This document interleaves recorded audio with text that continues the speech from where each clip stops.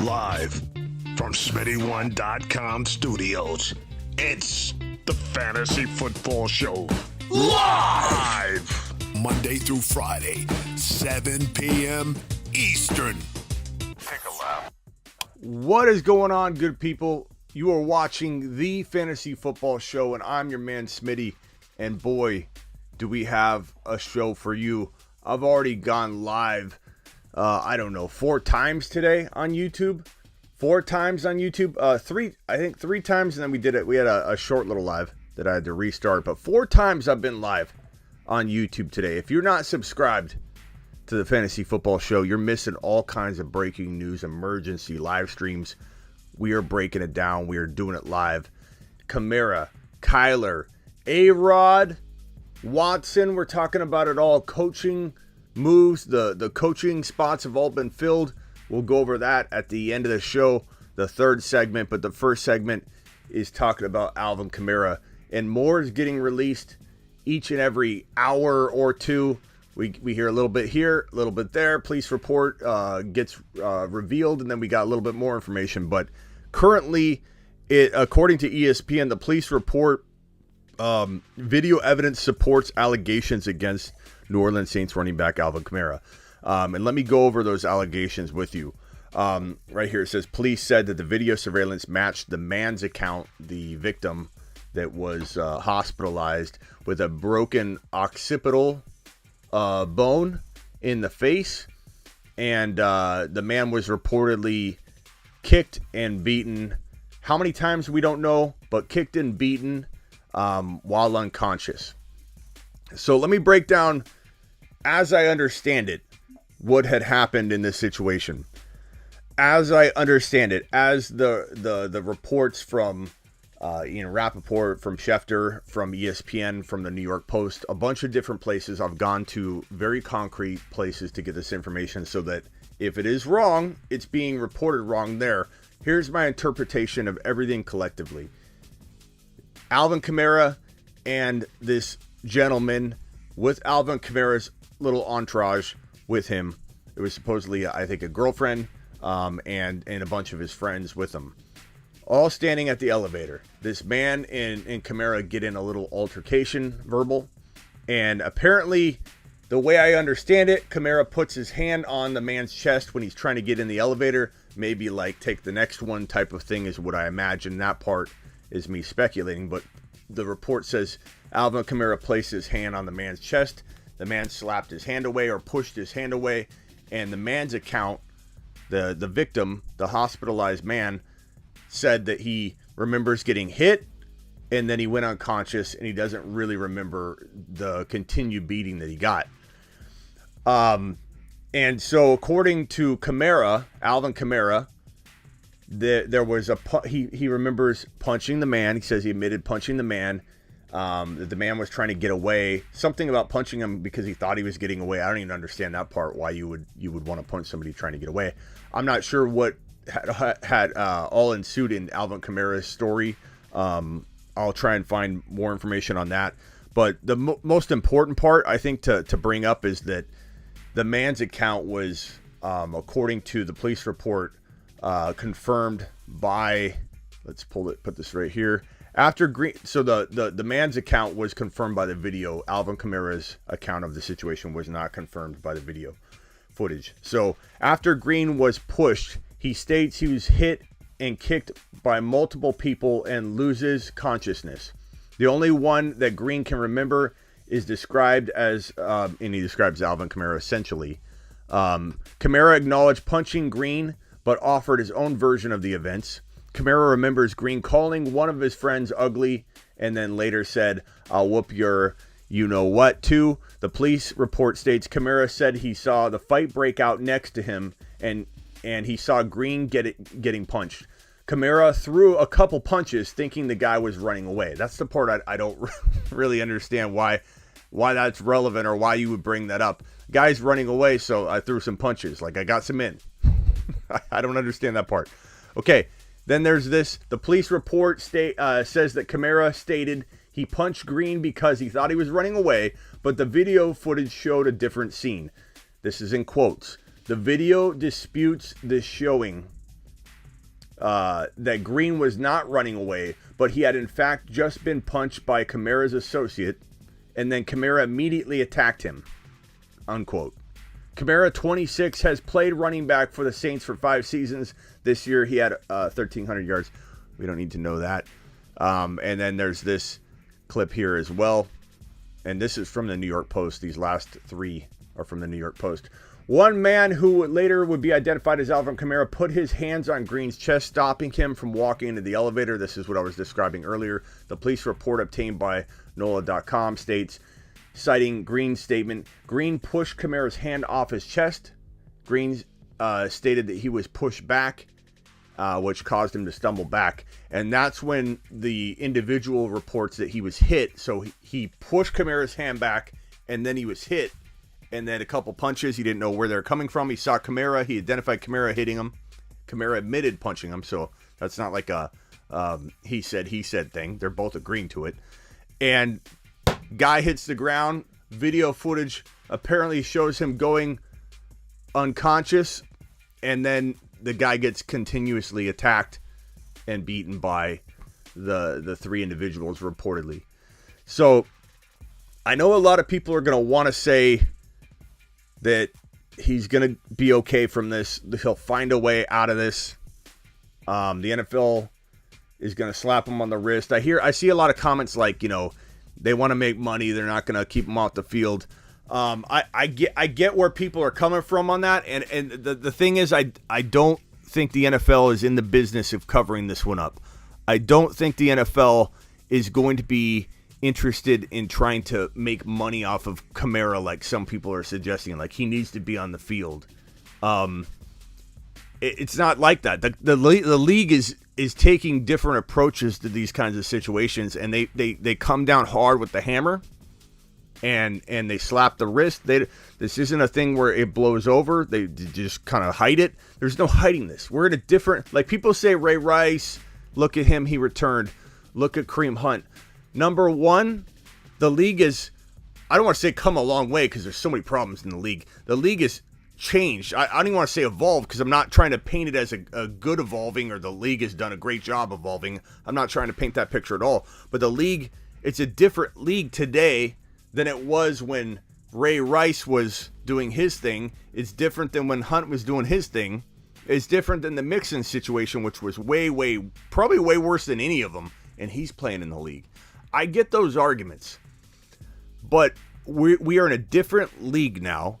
We have a spotlight on the NFL right now with all the coaching mess that's going on, and the NFL is not going to want any part of this. They're not going to want any part of it. They don't care about Kamara making them money. They don't. And the Saints, like, let's be real, guys.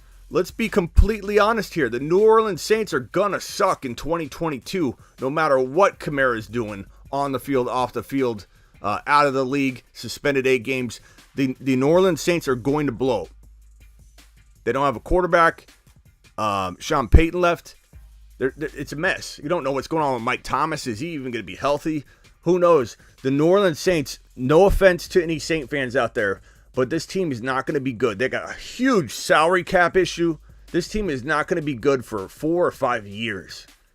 And this potentially solves the New Orleans Saints cap issues a little bit. This also potentially helps them get a higher draft pick. I'm not trying to make like accusations that the organization's trying to dive to get a better pick, but I'm saying these are human beings involved. They could start making decisions like, we're going to pull them. And that news might even happen while I'm live right now. If it does, let me know. Don't lie in the chat. No fake news or you get tossed, because this is serious here.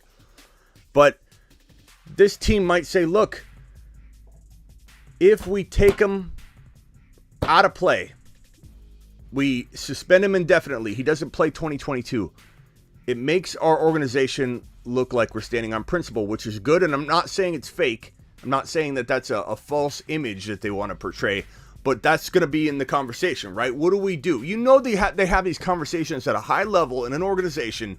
They're very, very blunt about it. Like, let's talk about this. Anybody making decisions is going to be like, A, We're going to look weak if we don't do something. B, if we do something, it does solve some salary cap issues for a guy maybe we don't want on our team right now. Maybe we don't want Kamara on our team, and this gives us a way to solve some cap issues. I'm not sure what happens with his contract. I'm sure there's stuff written in that's going to allow the Saints to figure this out and come out on top. Number 3, it will potentially make them have a better draft capital situation walking into 2022 and 2023. And if they're in rebuild mode, which they most certainly are in, I don't care if they say they're not. I don't care what anybody says. They are in rebuild mode. And their new head coach hire, they're saying they're elevating within. We'll talk about that in a minute because they're not in rebuild mode. They don't want to start rebuilding. They want to keep rolling with what they got. But they're in rebuild mode. Believe me, they are. So I think the Saints will act quickly and swiftly.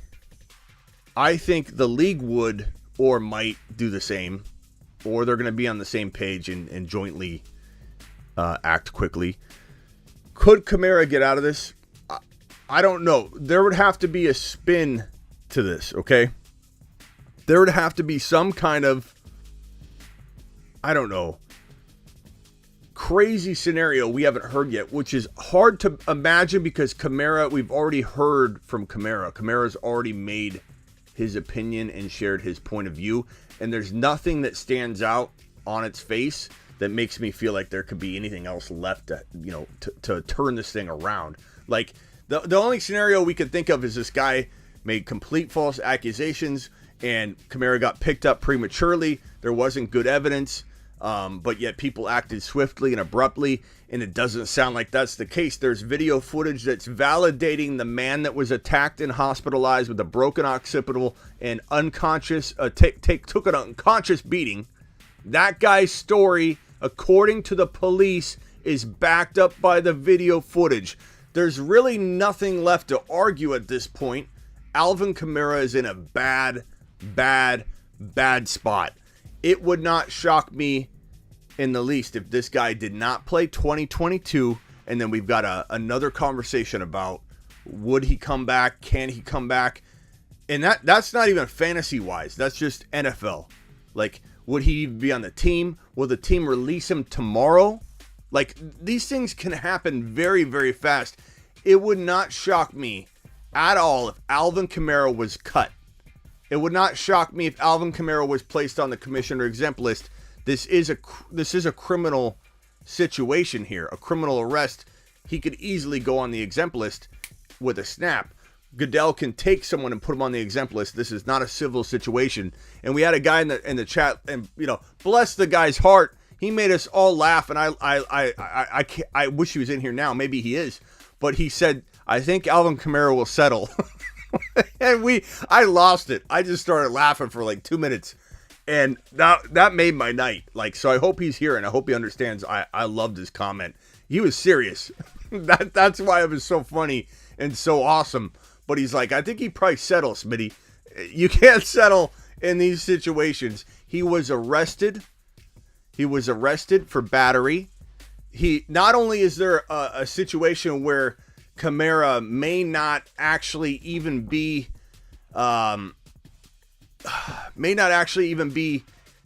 like hit hard by the NFL. Pardon my pun. I keep using those puns too, and I'm not trying to. He won't be hit hard by the NFL, or like let's pretend we live in a world where the NFL is like, we're not doing anything, which we don't live in that world, but pretend we do. He may not be available because he may be facing charges. There's potential jail time. Will he serve jail time? Probably not. Will he be on some sort of probation, or will he, who knows what's going to happen there? Will he serve actual jail time? I don't know that I picture that. I'm not saying I do, but he potentially could. There's a lot of things that could enter this equation. So when people say he'll play, you've got jail time, you've got the fact that he was arrested. This is not something you can just that can just go away. The police have evidence that a crime took place. It's very different. It's one thing to press charges about this or that, but this is a crime. Okay, this is a battery crime. It took place. It's very complicated. And so Kamara is looking at potential legal ramifications. And on top of that, he's looking at NFL ramifications. And on top of that, he's looking at team-based ramifications. 3 different things are coming toward him. And I don't see a world where he escapes all 3. Therefore, I don't see a world where he plays 2022.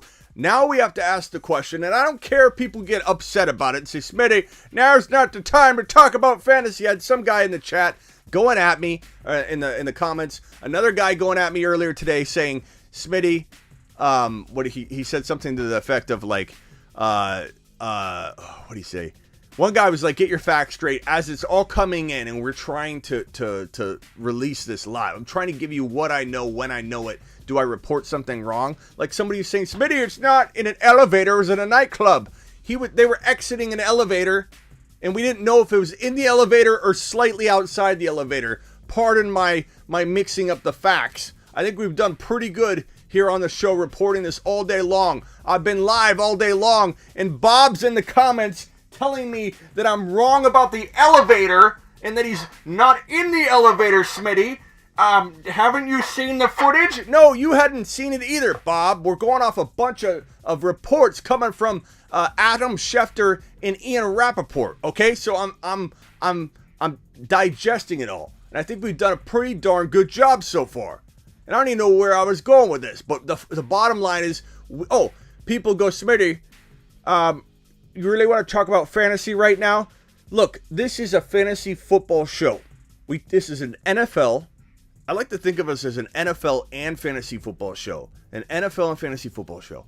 I'm talking about it. If you want a channel that's going to wait 2 weeks to talk about it, if you want a channel that doesn't seem as callous as me because I'm talking about the man's fantasy football future when he's in trouble. Like, if someone went after me and said, why are you talking about this? What about the guy in the hospital? Like, I understand all that. I'm not an idiot, but we have a job to do. I have a job to do. I work for you. And I'm reporting on the facts, and we've got to talk about fantasy football. So buckle up. If you want to go watch it on CNN or wherever, go ahead. We're going to talk about football. We're going to talk about ramifications. We're going to talk about it and do it live, okay? We might have a little bit of mistake here and there, a little mistake here, like maybe his foot was in the elevator, but he wasn't fully in the elevator. My bad, okay? Here we go. Alvin Kamara. What happens to him in fantasy football? Let's pretend that Alvin Kamara misses 1 year, but he's allowed to come back in 2023. And I realize there's a shot he could get suspended 8 to 10 games, still return in 2022.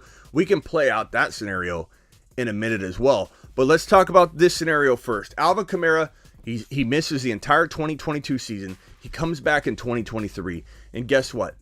He's another year older. I know he didn't rack up a lot of mileage, but he's already done that. His mileage is through the roof. Yes, he does rushing, receiving, divide. It helps him stay quite healthy compared to a running back like Derrick Henry, pounding it up the gut, 300-pound lineman, stacking on top of him, shoving him into the ground. But he's still getting mileage beyond mileage. This guy has done it for a while. He's also kind of injury prone at this point in his career. If anybody doesn't feel like he's injury prone at this point in his career, then you own him in like 4 leagues. So congratulations. Hello, Alvin Kamara, super dynasty owner, massive, highly invested dynasty owner. He's injury prone. This is a man that's going to sit out a whole year, or let's say 8 to 10 games. Mike says, let's see here. Mike says 8 to 10 weeks. He is too talented to be suspended fully. That's not how it works, Mike. Oh, Mike. I appreciate you though, Mike. I love all the different perspectives. I love the ones where he's too talented, like that plays into it at all. NFL doesn't. I know everyone thinks the NFL cares about one player because of ticket sales. They don't care about the Saints right now. Like, the Saints are going to lose. The Saints are not set up to win. Alvin Kamara is making them look bad when the spotlight is on them hardcore with all this coaching stuff. The last thing in the world they're worried about is Alvin Kamara selling tickets. And will Alvin Kamara really sell tickets? Do you think a lot of Alvin Kamara jerseys are going to get bought this weekend? Do you think a lot of Alvin Kamara jerseys are going to, just all of a sudden not get sold? You know what I mean? Like, there's no benefit to the NFL forcing Alvin Kamara onto the field. In fact, let's put it this way, Mike. I appreciate you, Mike. I love the different perspectives. It helps entertain me. That guy last night that said he was going to settle and get out of this, I just completely lost. I was laughing for like 20 minutes after the show. I was laughing the whole night. He's going to settle. Smitty, I think he'll settle out of this. I was laughing so hard. But Mike, the NFL is about money, right? They're about money. If they ran Alvin Kamara out too early, sponsors would threaten to leave. Sponsors would threaten to drop and leave the NFL. It's all about money. Having Alvin Kamara removed from the equation is the lesser of two evils by far to the NFL. They're going to remove him for a whole year. No one's going to forget this 8 weeks in. No one's going to forget this 12 weeks in. People tend to let things go when a whole year passes and you walk into a new year and you're like, yeah, that was last year. Okay? I think he has a real shot at potentially coming back, maybe. But here's the thing. Will he be valuable in fantasy football? I don't think he's going to be the same guy. We saw Lev Bell hold out an entire year. When a player like Lev Bell or Alvin Kamara at the prime of their career, the pinnacle, the peak of their career, they are susceptible to going downhill or continuing one more year, continuing one more half of a year. It's a fine line. And when you're at the pinnacle of your career and you're already injury prone, your team is going to be garbage. Maybe they turn things around quickly, who knows? But you sit out a year, you don't ever get back the edge you have. You lose a step 100%. There's no way Alvin Kamara can keep, training and being in football shape. It's not the same. It's not the same. He sits out an entire year of football at his age. He's not 20 years old. 20, 21, it happens. People rise up late. You could sit out a whole year, come in and do well. He is not that guy. He's in a different position in his life with this team. He is at a pinnacle in his career. And if he sits out a whole year, he takes a big drop. Not to mention, you run a big risk of injury if, let's say, you miss 10 weeks and you come in week 11.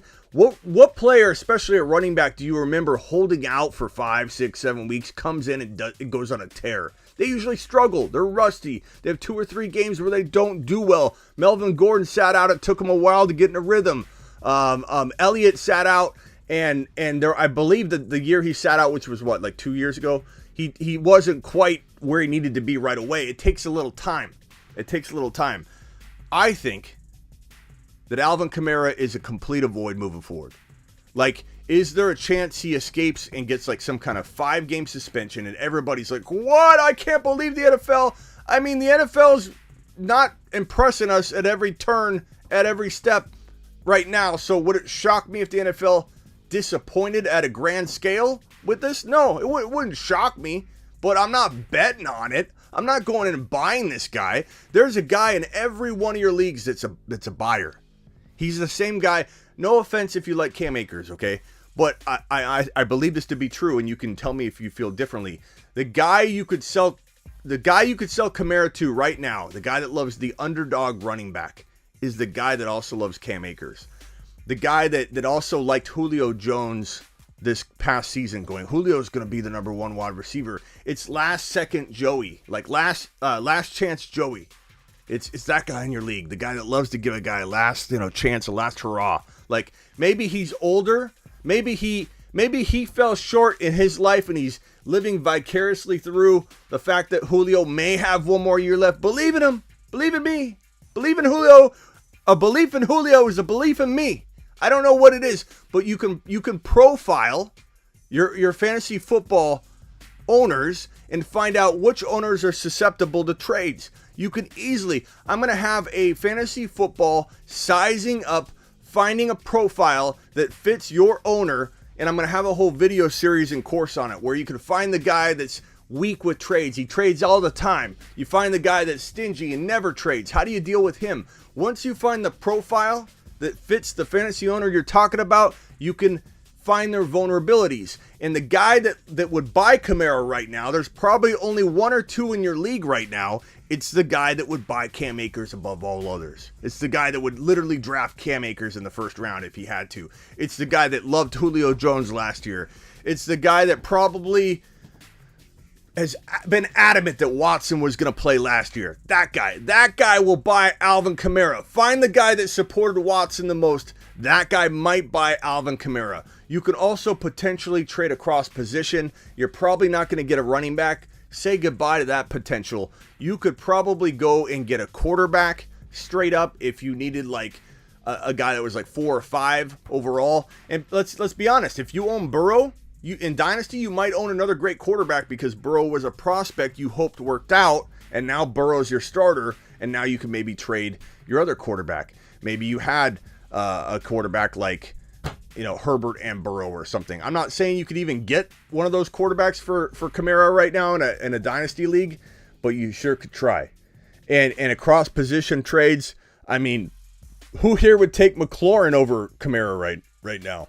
I think McLaurin's one of the most undervalued wide receivers, and you could probably get more. You could probably get a Trey Lance and a McLaurin together and sell off a Kamara to that guy, to second chance Joey.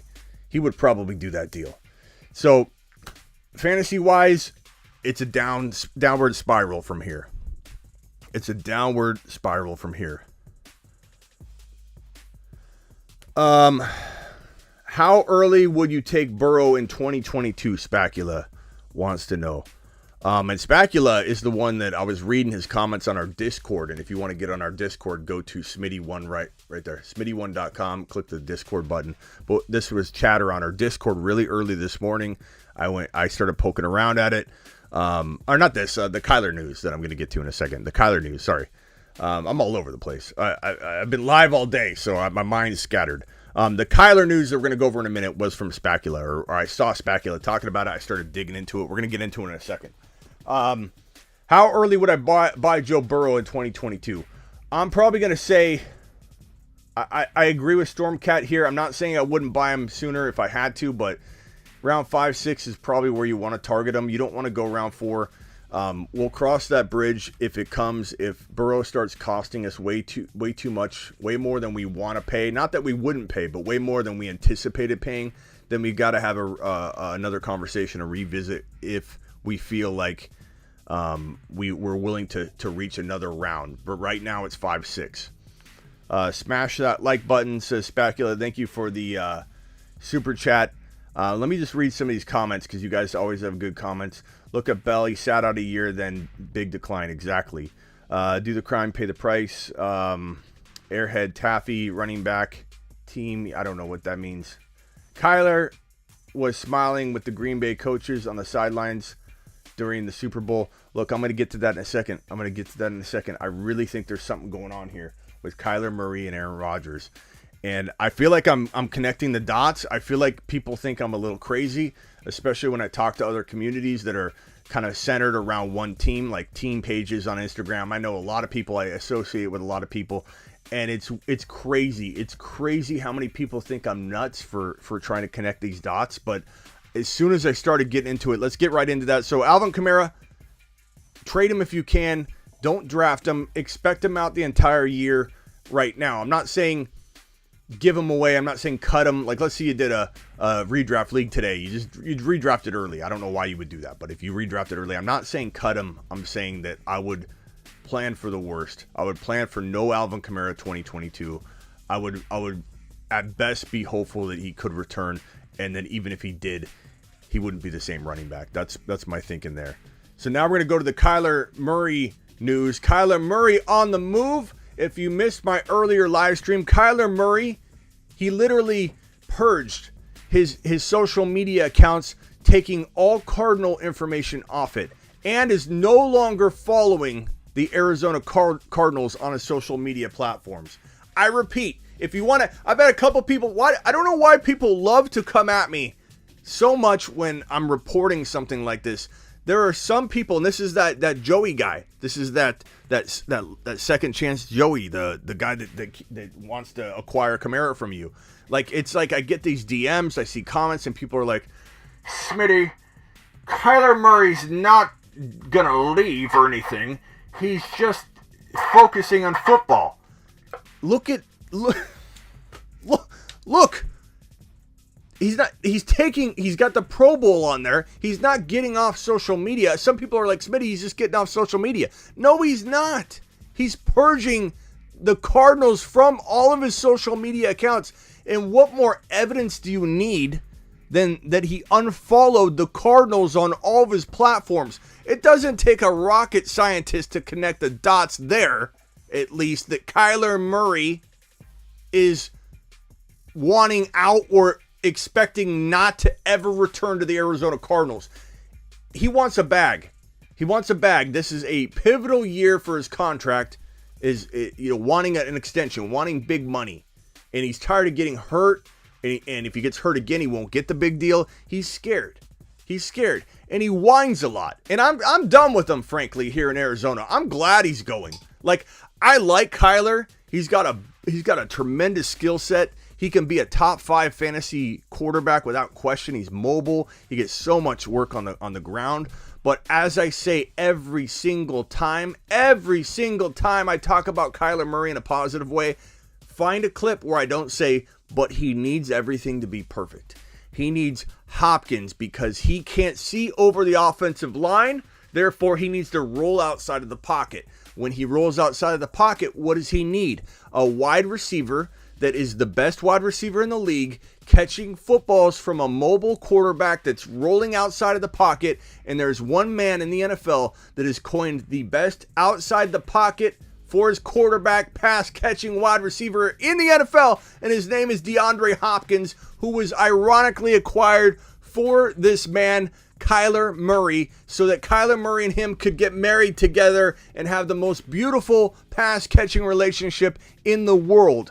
And they fit together perfectly. But then Kingsbury didn't use Hopkins as much. Hopkins got hurt. Hopkins had ceiling to the moon in this Arizona air raid attack with the combination of these two guys playing together with both of their skill sets, their bread and butter outside that pocket rolling together. That is how I envisioned Kyler and Hopkins elevating the Cardinals. And they did it. They did it for half of a season. They were the last undefeated team in the league. They were coined by so many to be the best team in the NFL coming out of like week 7, 8. Everyone was scared to play the Cardinals. Then Hopkins gets banged up. He starts playing injured. And then Kyler gets hurt. The whole team falls apart. Kyler's been crying ever since. And he's one-dimensional. He's disarmed. He's like a weapon that gets disarmed when you don't have Hopkins healthy on the field. I'm tired of it. There was talk in Arizona about getting this man Deshaun Watson, which you guys know my concerns there, and I'm real worried he won't play. I think Houston's holding him back. He's currently not on the exempt list. He can't go on the exempt list until a criminal situation arises, which still could very much arise if the civil side does not settle. It's almost like the criminal side's waiting. Okay? There's our evidence over there on the other side of that fence. Our evidence is right there. We want to get it. We're going to twiddle our thumbs. We're going to wait. If they don't settle, if these people take it to court, we've got evidence to go after them. There's a problem here because Watson could get removed and taken off the board immediately. But if no criminal investigation opens up, the NFL technically can't put him on the exempt list. The team can do something about it, like the Texans did, because the Texans apparently want to destroy him. Regardless of whether he's innocent or guilty, they still want to destroy him. They don't want to trade him. They don't want to do anything. Now they're looking to potentially trade him. And if Watson could avoid this, postpone it, and play a season, I would be for it. Assuming we don't know if he's guilty or innocent. So we got to take that, like, there's principle here, right? But we don't know if he's guilty or innocent yet. It's got to go to court. So I'm willing to give this guy this buffer period to prove he's innocent while he's playing for us. I know that's selfish of me. Maybe I'm an a-hole for that. I don't know. But Watson needs to get on the field and play football for a team while he's still got an opportunity. And what better offer but the Cardinals saying, we'll give you Kyler Murray, you give us Deshaun Watson, and you know what? For your troubles, we'll give you a first rounder as well because Watson's more polished. He's about a foot taller. We'll pay per foot, okay? So we'll give you the draft pick. We're sending you a pint-sized Kyler Murray, and we'll give you a draft pick. You give us Watson, and then we go marching on and become at least the number 1 or number 2 or a guaranteed top 3 team in the entire NFC.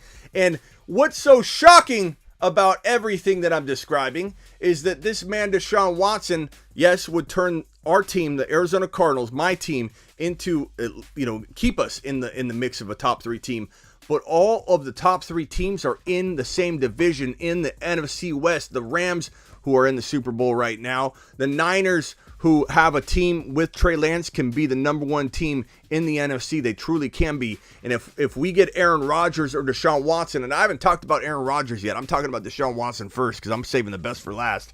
But if we get this man, Deshaun Watson, we are one of 3 of the best teams in the NFC, and they're all in the NFC West. And if your favorite team is in the NFC and not in the West, and you think I'm crazy, you can at me down below. It's fine. Just leave your message in your screen in your receipt below. We'll revisit later.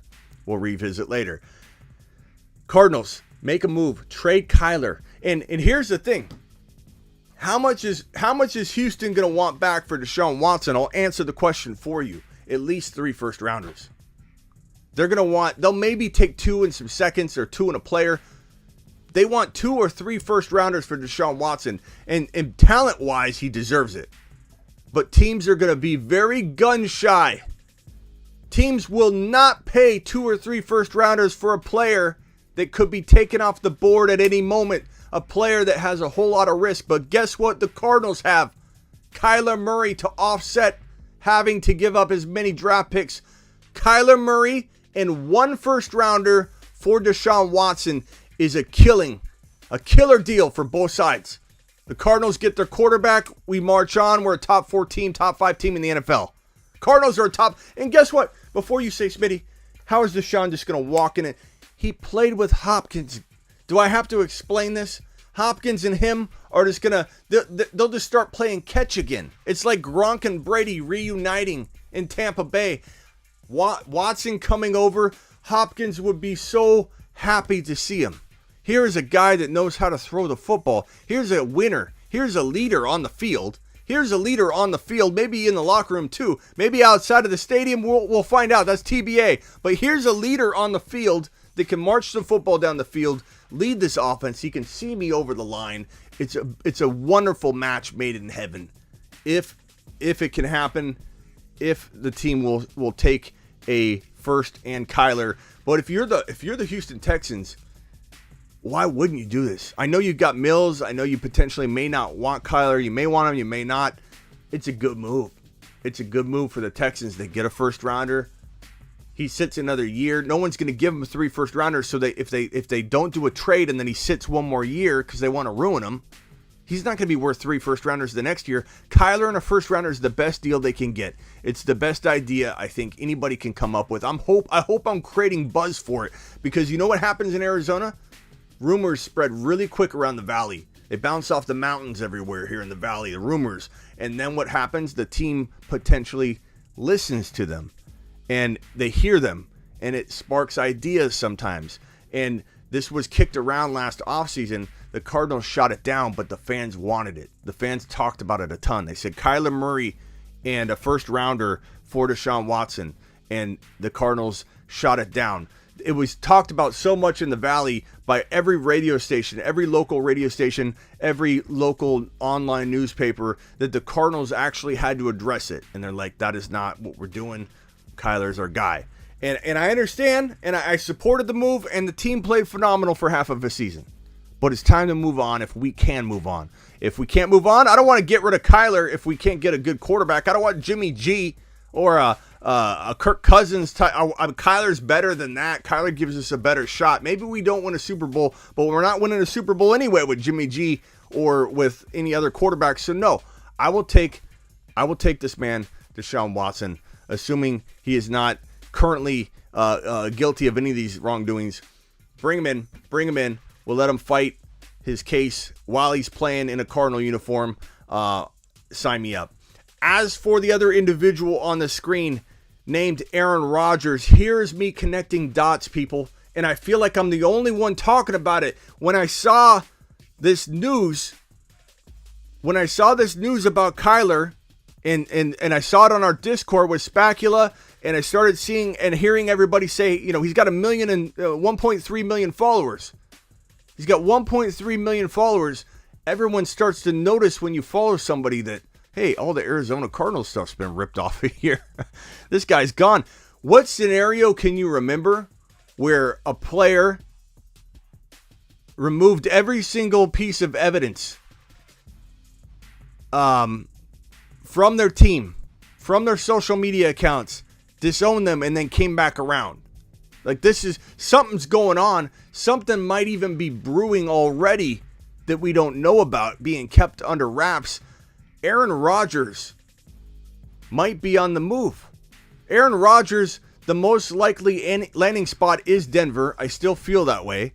I think Pittsburgh is an ideal spot, but it's not as ideal as Arizona when you really break it down. Aaron Rodgers coming out west, playing in this amazing division, and you get people that say, oh, well, maybe he won't want to play in such a tough division. Give me a break. He's Aaron Rodgers. If Aaron Rodgers is going to fix his legacy in everybody's mind, all these people that complain and moan about him and say he's garbage, he's a choke artist, blah, blah, blah.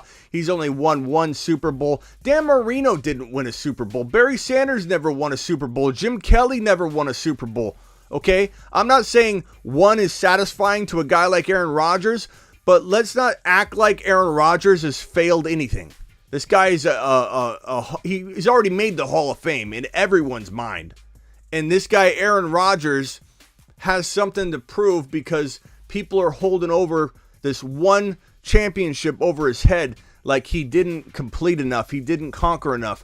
What better way to show everybody than to walk into the best division in football and win the division and win the Super Bowl and knock everybody off on the way to the playoffs, then meet the best quarterback in the league or one of the best four, because in the AFC, you will face every single year for the next decade and a half, you will face either Mahomes, Josh Allen, Herbert, or Burrow. I don't think there's a shot in heck that you will ever face another one of those, any other quarterback but those four quarterbacks for the next 10 years. Maybe I'm exaggerating a little bit, but it most likely will be one of those four quarterbacks for a long, long time, almost every single year. The AFC will be sitting there waiting with one of those guys, and Aaron Rodgers is going to march back up in the toughest division in football and prove himself, and then his legacy improves. And he is about legacy. He does care what people think about him. He does also not care what people think about him at the same time. And he's all about happiness, which is why he'll walk away from football versus playing Green Bay again. He doesn't want to be in Green Bay. He doesn't want to be in Green Bay at all. And so it's going to be a place like Arizona. It's going to be a place like Denver that's built to win. Arizona is built to win. If Arizona gets Aaron Rodgers, they are 100% a top 5 overall team in the NFL. Overall, top 5 or 6 at least. Overall team in the NFL.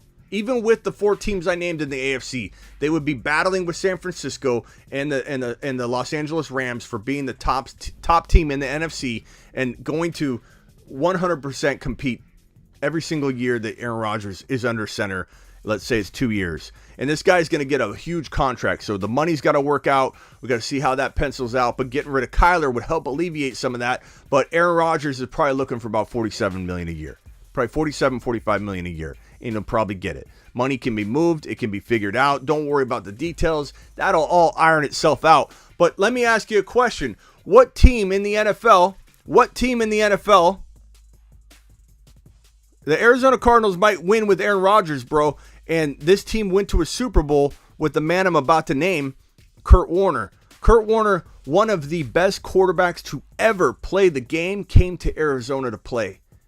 One of the best running backs to ever play the game, Emmitt Smith, came to Arizona. Granted, he wasn't like Warner. Warner was at the prime of his career, and he played phenomenal in Arizona. Emmitt was on the decline, but Emmitt came to Arizona. Adrian Peterson, some would argue the best fantasy football running back ever, came to Arizona. Granted, he was also, like Emmitt Smith, on the decline. Hopkins came to Arizona. Hopkins, DeAndre Hopkins, AJ Green came to Arizona. Larry Fitzgerald was in Arizona. Garrison Hurst played in Arizona. We have had a rotation of big name people come to Arizona. First of all, it's the weather. There's a lot of reasons that people want to come play here. And it would not shock me at all to see Aaron Rodgers in a Green Bay uniform. And the whole home in Tennessee doesn't matter. Like, he's not buying a home this far out before he's even been traded. Like, that's not a thing. Like, he bought a home, that's where he's going.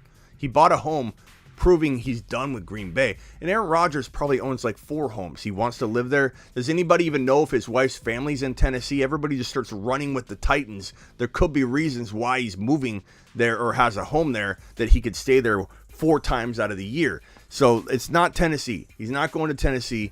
That's not going to happen. It's crazy when you think about it. Arizona seems so logical. This is not me stretching or reaching. This is logical. Why? Let me tell you why. Just like in the example of Deshaun Watson, what do the Arizona Cardinals have that other teams don't have to offer?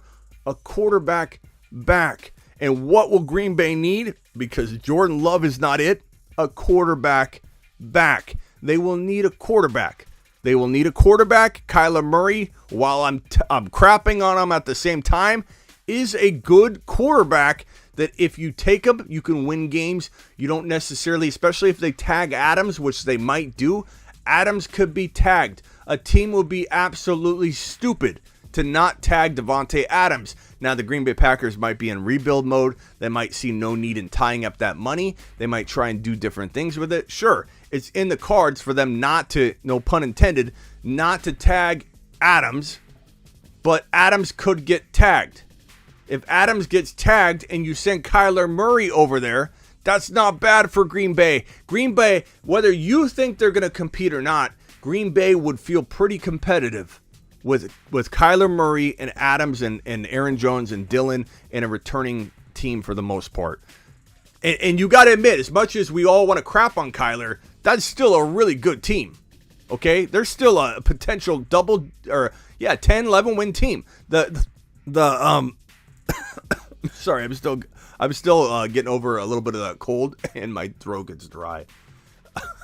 And I'm screaming. And I've been talking. I mean, I don't know how much I've been talking. I've been barely taking breaths, so it's only natural that I'm out of moisture and I can't speak and my voice box is about to explode. I've been live all day too. On top of that, Kyler Murray in Green Bay.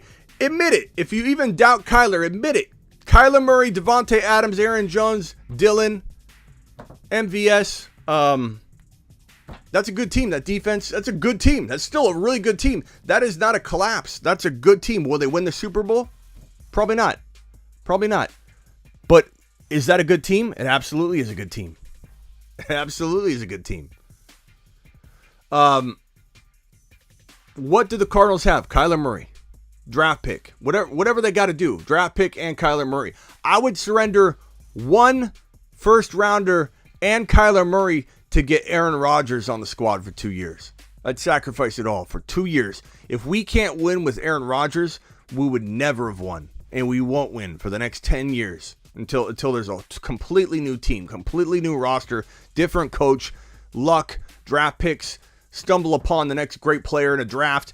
We will not win anything if we cannot win with Aaron Rodgers. And Aaron Rodgers won't win if he can't win with us. You've got Hopkins. You've got Kirk. You've got a plethora of running backs if you bring back Connor. You have a really good defense that needs to get healthy, but it is really good. This team would be phenomenal under the command of Aaron Rodgers. And it all makes sense. It pencils out well. And no team has a quarterback they can throw back with a draft pick to get this done. Aaron Rodgers might cost 2 first rounders and a second to any other team, maybe even more to any other team, but we can give back Kyler Murray and a first rounder. I feel it. I feel something brewing. And if this wasn't happening right here, where Kyler Murray was purging all Cardinals from all of his social media, I wouldn't be able to connect dots, but I feel like I'm connecting dots. I feel like there's no way the Cardinals are going to move on from Kyler. There's only one other scenario that makes sense here. There's only one other scenario that makes sense. Kyler's walking away. He's walking away to play baseball. It's the only scenario that makes sense. And if he did do that,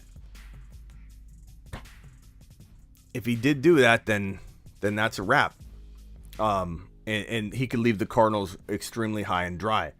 So let's see how much time we got left. We got 9 minutes left. We got voicemails. We've got, I don't know. Let me play some of the voicemails, and I might call in my Cardinal correspondent, a guy that I trust with information, and see what he thinks and get his honest take. Kyle. Hey, Smitty. If Joe Mixon has a good game in the Super Bowl, how much would his value go up in 2022? If he has a good Super Bowl, I think he stays around like the 8, 9, 10, 11, 12 overall range. I don't think he can climb higher than that. He could certainly fall lower if he got hurt or just looked really bad. Somebody might bump him to like 12 instead of 8. But I think at 8 to 12 range is safe. And for 2022, that's okay. I don't know about Dynasty, though. He's at a long run. Yo, Schmitty, what would you think of Kyler Murray going to Minnesota? He said he's a Vikings fan, and he's always been, and he always roots for him. Kyler Murray to the Vikings for Kirk Cousins and the 12th overall pick. What are your thoughts? It's a possibility. It certainly is a possibility. I mean, what's going on, Smitty? That could be it. After hearing about the incident with Kamara, it sounds really bad after the information came out today. Personally, I don't think he plays at all this year coming up. So do you see the Saints trying to trade for running back or looking to sign anybody at the free agent? I mean, yeah, I think they're going to hit it in the draft. I think they'll hit it in the draft. Running backs fall, so it's not like you're telegraphing, hey, we need a running back. Someone's going to step over you and take one. You could take one a little early and get the number 1 or number 2 or number 3 overall guy for running backs. You can get your number 1 running back on your board. Sometimes your number 1 running back is not the top guy that everybody else has, so you can get him in the 2nd or 3rd round or wherever. So they may look to fill running back in this draft. I don't know. They could trade. They could trade. They could go after a running back that we're not thinking of, like a potential. I don't know what Sony Michel's contract looks like or Darrell Henderson's contract looks like, but they could go to a team like that and say, hey, there's a lot of scenarios that I could see playing out. But it's a good question. It's a real good question. Hey, what's going on, Smitty? Happy Monday. It's Tariq. What's up, Tariq? Hope all's going well. With the breaking news from Ian Rappaport with the news involving Alvin Kamara, what's his outlook going to look like for the 2022 season? If, in fact, the NFL comes down on him and gives him a punishment, what could it be? And if so, is his career likely over in the NFL? And what do you think the direction the Saints are going to go forward with if something does happen to Kamara's? Yeah, so I think we answered all those already, but in a nutshell, I think they look at the draft. I think he's definitely not playing 2022 if I had to guess, unless something crazy happens. I think maybe he has a shot in 2023. We'll have to play it by ear, though. Like, am I banking on that in any way, shape, or form? No. I would assume he's not playing, assume the worst, and assume that he won't even be the same back even if he comes back. So I don't want anything to do with him, period. But it's a good question, Tariq. Terry.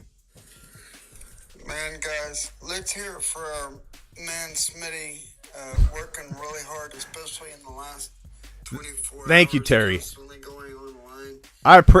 I appreciate you, pal. Still having the shows for us on Monday through Friday, coming up at 7 p.m. Eastern. Look at Terry's like a Oh, sorry. Break all this down and make sure you're all there, because this is all chaos and craziness. Make sure you're here. Do it now. Do it live. Appreciate you, Terry. For whatever reason, players usually get traded or go to the rivals. You see any chance that Kyler Murray goes to the Niners? I don't see it. I think they're going to ask for too much, but it's a low chance. Niners, Kyler Murray, no. Zero chance. Zero chance. I think Aaron Rodgers is a talk for the Niners. I think that's potentially a talk for the Niners, but appreciate it.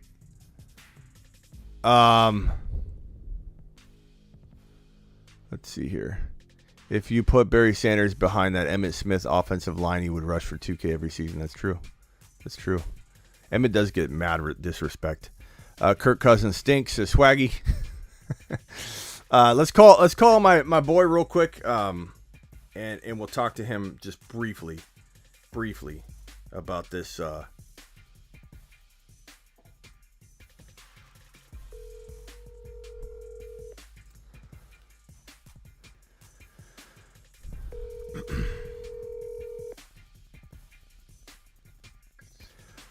What's up, pal? You're live on the Fantasy Football Show. I don't have a whole lot of time. I burned up all the time talking about Kyler and all these things, but this is my boy Jeff, who's got a lot of Cardinal knowledge, and I just wanted to, that's not Cardinal knowledge. It sounded like I said Cardinal knowledge. What break down this Kyler Murray situation briefly? Like, again, I have like maybe 5 minutes total. So, like, what do you make of him scrubbing his entire social media, all of his social media platforms from everything Cardinals? Like, do you see a point of no return at this point for Kyler? What are you making? What are you hearing? And I don't know if you're hearing anything other than what I've heard and what I've reported, but and then B, what are you thinking? Are you thinking A-Rod, and are you thinking Watson more than A-Rod? Where do the Cardinals go from here? And is it potentially maybe Kyler walking away to play baseball like we talked about last year, or just walking away, period? I don't think he would walk away unless he was going to baseball, because he's about ready to get that bag, and I think that's what he mainly wants, right? But hit me with what you think real quick, Jeff. Yeah, I'd say you probably touched on a lot. There's so much, that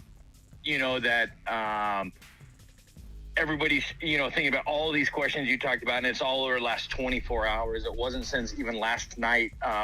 When you mentioned it to me this morning, it was the first I'd heard about it. Hadn't had a chance to listen to a lot of radio, so I don't know a lot of the details that are happening right now. But just from what is known, going back to your first question, I don't think it's a point of past the point of no return. I think you see athletes do this all the time. It's their passive aggressive way of making a stance. I don't think it's irreparable, but it certainly isn't good, and I think it's now to the point where he's kind of forced, at least. I think he was initially unhappy with. It didn't sound like the Cardinals, and then all the pundits on the radio were talking about weren't going to pay him, this offseason after the skid we had over our last so many weeks. And as a fan and someone who pays attention and has an opinion, I gotta agree with a lot of that. It's just you can get mad all you want, but it came down to you and your performance at the end of the year. And it's similarities to I guess Phoenix Suns with DeAndre Ayton. He didn't do enough. The brain trust wasn't willing to throw a bag at him, and for what they got, and it's still kind of wait and see. We have Kyler under contract for one more year. But if you go into that final year of the contract, you obviously lose a little bit of leverage. But, at $40 million, make some of your franchise guy for, 4 or 5 years or whatever you sign for is a big deal. And it's not something you just throw at somebody when you're not sure of it. So going to where we are now, I was already disappointed at the end of the season, with what happened to Kyler. It seemed like since we lost Hop, there went Kyler. He couldn't create without his number one guy. Yeah. And that's sad because he's so talented. But I guess kind of what I saw, and it kind of ties into one of the other things you mentioned, is it seemed like at the end of the year he made a lot of business decisions, He has such talent. He's a great passer, don't get me wrong, but he also has an exceptional weapon with his legs, but he has just seemed reluctant to use those. And I think initially some of that comes from not wanting to be labeled. It's the stuff that Lamar goes through. But, Lamar Jackson's a stud. But outside of not even wanting to be labeled, I think it's, a business decision. I think he found out that he doesn't like getting hit, and some of these guys are a lot bigger than him. I don't foresee him jumping to baseball right away because he's literally on the cusp of, a $40 million contract. So I don't know that he would walk away from that. That could just be a year down the line, or if he goes to the right team, maybe they pay him right now.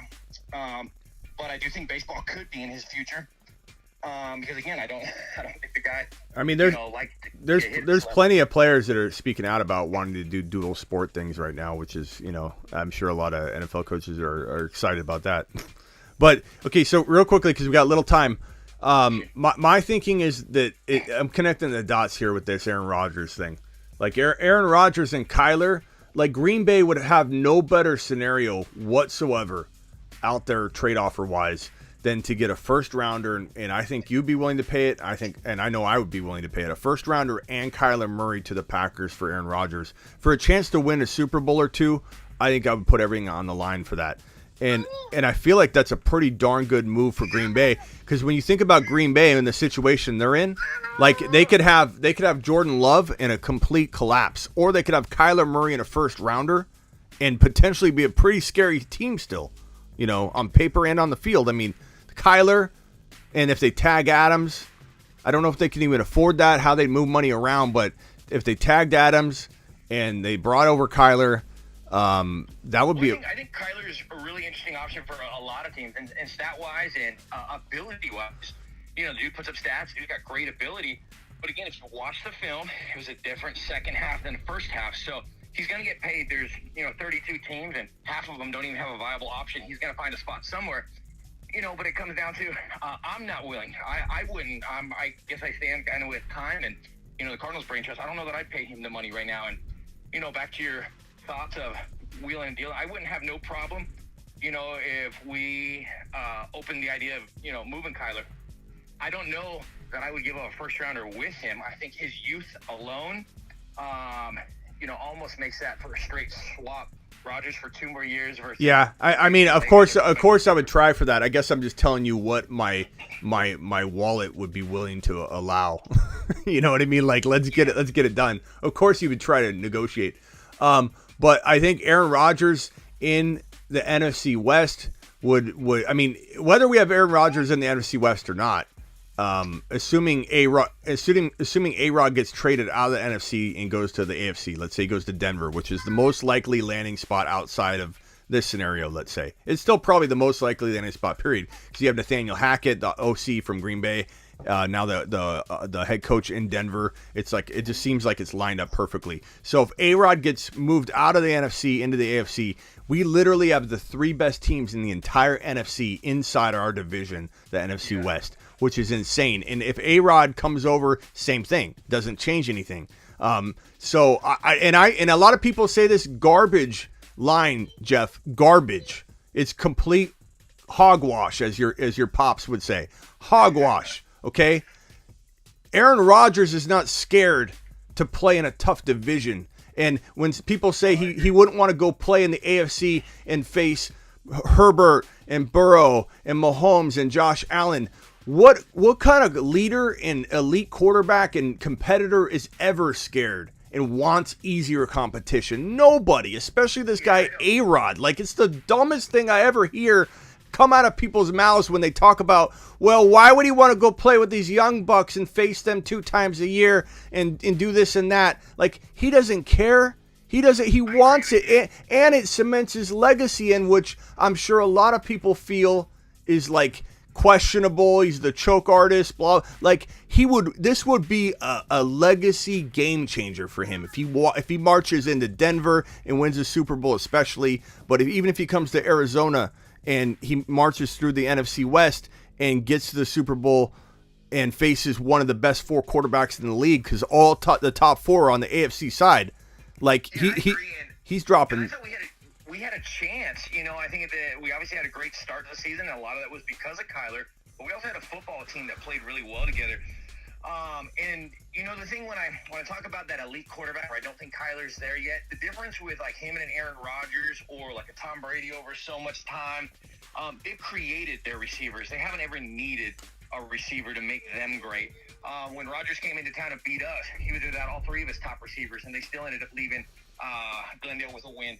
So when Kyler ended up losing Hop and everything went downhill, he didn't have his guy who he could just take 3 steps back and chuck it up in the air to. So I don't think Kyler is that creator, and I guess that's why I would entertain a deal for Rodgers. I wouldn't even mind bringing Russ into town. Now I know you don't really trade with interdivision rivals, but you might if it depends on how Seattle views Kyler also. Yeah.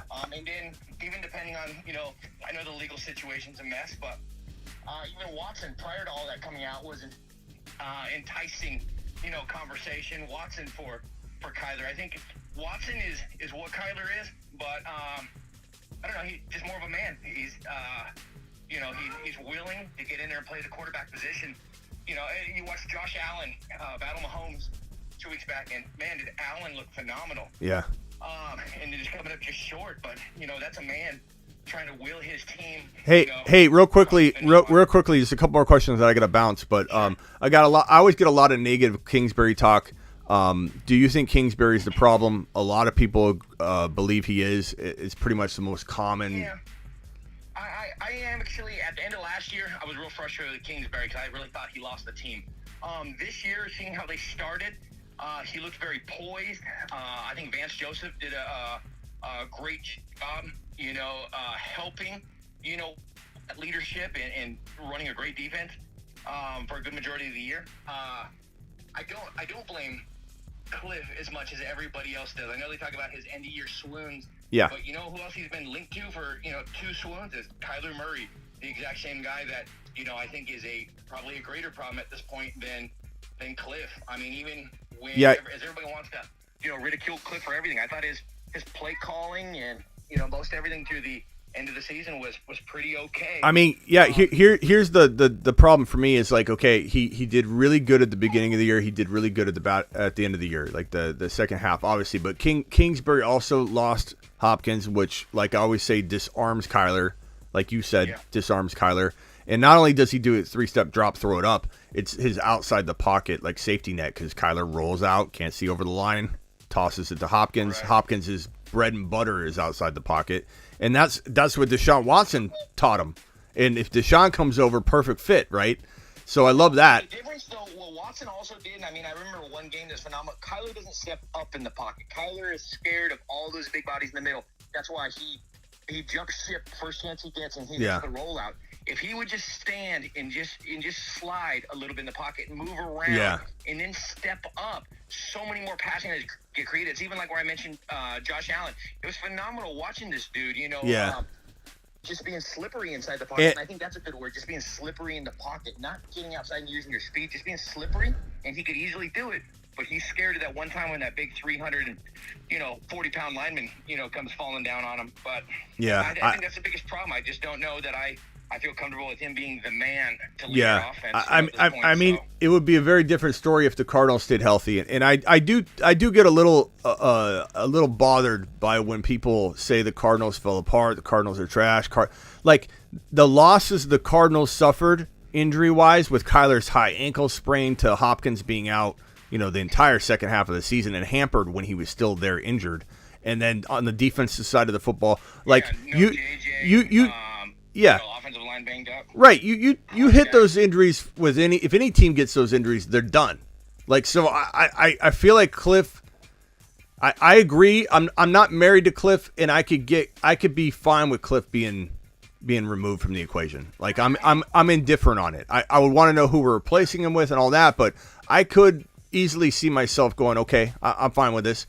But I think people are way too reactive off of half of a year when they're not looking at the facts and the fact that there was injuries up and down this roster, and they were the best team in football for half of a season. Not 3 games, not 4 games. We were talking about on the radio earlier in the season when I think Cliff was like 10-2, and it's funny because they already started with the rumors that is Cliff going to take the Oklahoma job? And at that point, Cliff was probably one of the hottest commodities. There was no doubt he was going to get an extension, and then sure as all the success comes, it doesn't take but a couple short weeks, for all that to go, and then everybody's talking about, not only giving you a promotion and signing you and where else you're going to leave. It's fickle. It's fickle. It's fickle. People are very fickle. People are very fickle. And again, I'm not. I want to at the same time say I have questions about Kingsbury, and I'm not sitting here with a blanket statement he's the answer. But if people cannot give him credit for being the best team of football for 8-9 games, that is so narrow-minded. To at least potentially give him that opportunity to say, hey, look, this is what he did. And you're right, he's tied to Kyler. Kyler's the problem. Now, granted, Kyler's his quarterback, but not every coach has the ability to upgrade from a Kyler Murray. He's still very good. And like you said, so it's not like Cliff's like dropped the ball at the quarterback position. He's got one of the best potential quarterbacks in the league that's proving to be hard to trust, and he's scared. More to your point, it's like Cliff won 2 games with getting Cole at quarterback. So, I mean, it's just like we proved that we can win football games, outside of Kyler. But, yeah, to be a really great team, you need that elite quarterback. And Kyler shows Glendon. After last year, I was really down on Kyler. The beginning of this year, he really changed that for me. Okay. He showed me that he could make reads, passes first and second, and get deeper. And he showed me that, he can show some poise. But it was probably the Green Bay game where he got hurt. He had somebody following him, and he was never the same after that injury when he came back. And it was just, I think it was mental. It got in his head. Yeah. And I think he realized that, oh, man, if I want to play for a long time, I better avoid being tackled. Last question here, and then I'm going to let you bounce, and I got to end the show because I'm way over. Odds percentage that Kyler is the quarterback in Arizona in 2022. Again, with it being so fresh and not having heard anything, I'm just kind of going off my own feelings and emotions and that, but 50-50. I'd say at this point, when you do stuff like scrub that, you obviously piss people off, and he's going to, he forces, the line. Now you can't get mad if somebody entertains the thought of trading somebody. So at this point, you probably either got to pay him or trade him, because I don't think he'll probably get to the point where he says, I'm going to sit out the season for my last my last contract year if I don't get paid. So part two of my question, and then I'll let you go. Yeah. What's the alternative if you had to predict? What's it going to be? Is it Watson? I liked that, a year and a half ago, and I guess I never got off of that. So I like that, but I'm a big Aaron Rodgers fan, and again, it's a small window, but I think you might have 2-3 years, with Watson, with Rodgers, but then you have to start over, and then. Again, Russell Wilson, another guy who's, not in a great situation, but interdivisional, so you don't know how that's going to go. But a lot of moving parts this offseason. Kyler just becomes another one of them, to add to the mix now. So for any football fans, it's going to be a fun offseason anyways. So, yeah. And then a little anxious for us Cardinals fans, so we'll see. All right, pal. Later. All right, somebody, good talking to you. So, anyway, that's the show. I'm a little over. Nigel, you missed it. Kyler Murray, social media. He purged all Cardinal stuff from his accounts, all of his social media accounts, which makes everybody think he's on the move, or something's going on. So we're just kind of speculating. And Aaron Rodgers makes the most sense to me. Watson makes sense, but there's risk, and I don't know that teams, even the Cardinals, are going to want to pay Kyler and a first rounder to get Watson, and you kind of have to do that. Because of the pending legal issues, it's risky. Aaron Rodgers, you could do Kyler for A-Rod straight up, like Jeff and I said, but don't tell anybody. But I'd be willing to give a first rounder too, because of what A-Rod could bring to the table for 2 years, and it's win or go home for the Cardinals. They're built, they're ready, it's ready to roll. Kyler to the Steelers would be perfect. No O-line needed. I mean, yeah, but the problem is, what do you get? You know what I mean? What do you get in that trade? You need a quarterback. The Cardinals need a quarterback. I guess you could sign Tyler Huntley, trade, and get something else back, but that's not going to make the Cardinals win. They could put all their eggs in one basket, put everything into trying to get and acquire A-Rod or Watson, and both are not that going to be that hard to get, given the asset of Kyler Murray that you have to throw to the equation. So appreciate all you. Comment below, subscribe if you're new. Please drop a question in the comments as soon as I hit end, and I will get back to everybody as best that I can. These athletes get paid, and they're acting like kids, unfollowing social media. Yeah, he unfollowed the Cardinals. He unfollowed the Cardinals, bro. Like that means he's probably, in his mind, gone. Whether he's gone or not will be a whole different story. But in his mind, I believe he's gone. And so where does that lead him? Demanding a trade, holding out? I don't know, but we'll find out. Leave a comment. If you have anything you want me to answer, appreciate you.